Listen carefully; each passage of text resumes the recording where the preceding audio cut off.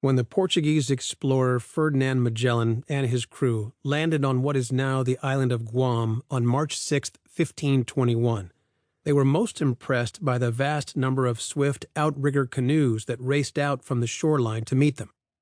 The boats seemed to fly across the water, leading Magellan to immediately name the place Islas de las Velas Latinas, Islands of the Latin Sails.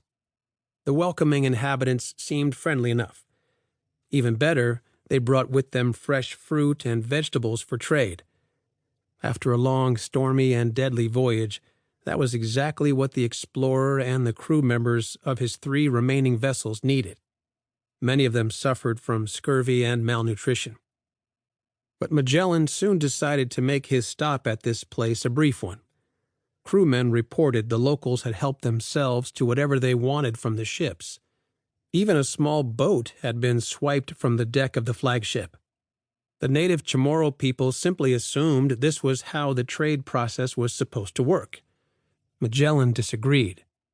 He dispatched a party ashore to recover whatever they could. Then they sailed on.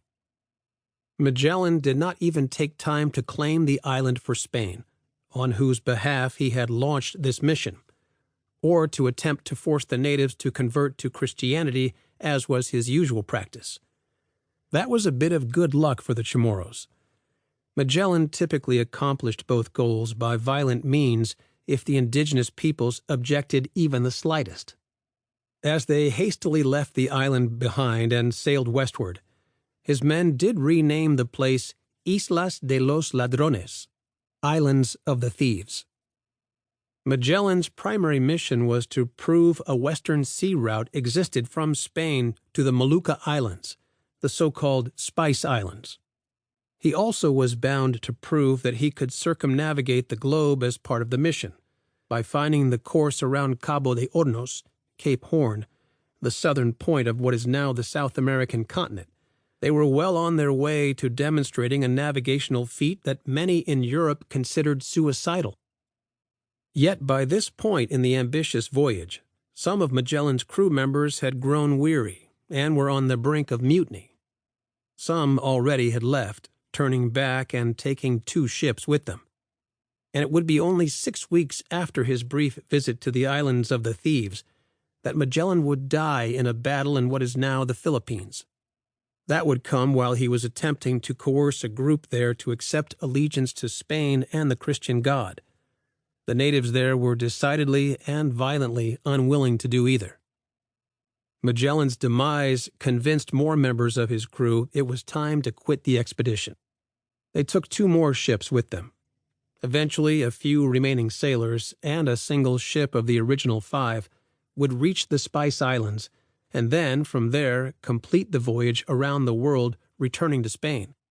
Although Magellan would be credited with circumnavigating the globe, he was in reality denied the opportunity to successfully complete the voyage. The remote island of Guam would be mostly overlooked for a good part of the next half-century. Then it was another explorer, one less well-known, who came along and claimed it and her sister islands for Spain in 1565. As one of the larger spots of land in the region, and despite the numerous dangerous reefs and inaccessible cliffs, General Miguel Lopez de Legazpi recognized the value of the place as a stopover for the galleons that were by then plying the trade routes, some of which had been established by Magellan and his crew, from the Philippines to western Mexico.